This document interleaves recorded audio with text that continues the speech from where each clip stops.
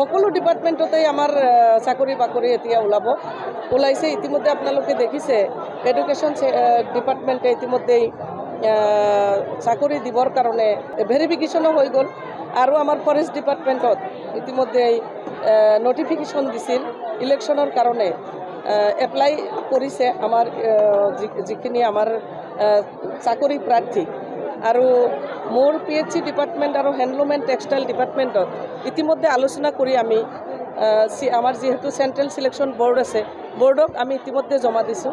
তেওঁলোকে এডভাৰটাইজমেণ্ট কৰি পেলাই চাকৰিৰ কাৰণে বেছি সময় নালাগিব, কাৰণ আমাৰ যথেষ্ট চাকৰি মানে আমাৰ পোষ্ট খালী হৈ আছে।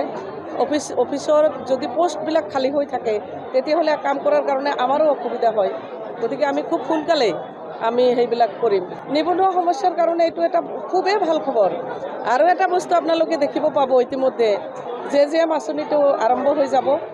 আপোনালোকে দেখিছে মই ডিপাৰ্টমেণ্টত আহিয়ে জলমিত্ৰসকলৰ মই সমস্যাটো সমাধান কৰিব পাৰিছোঁ।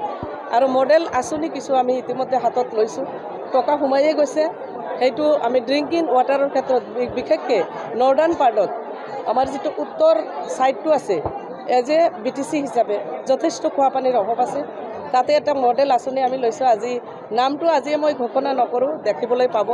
আৰু এটা আঁচনি হাতত লোৱা হৈছে মহিলাসকলৰ কাৰণে আমাৰ এটা মানে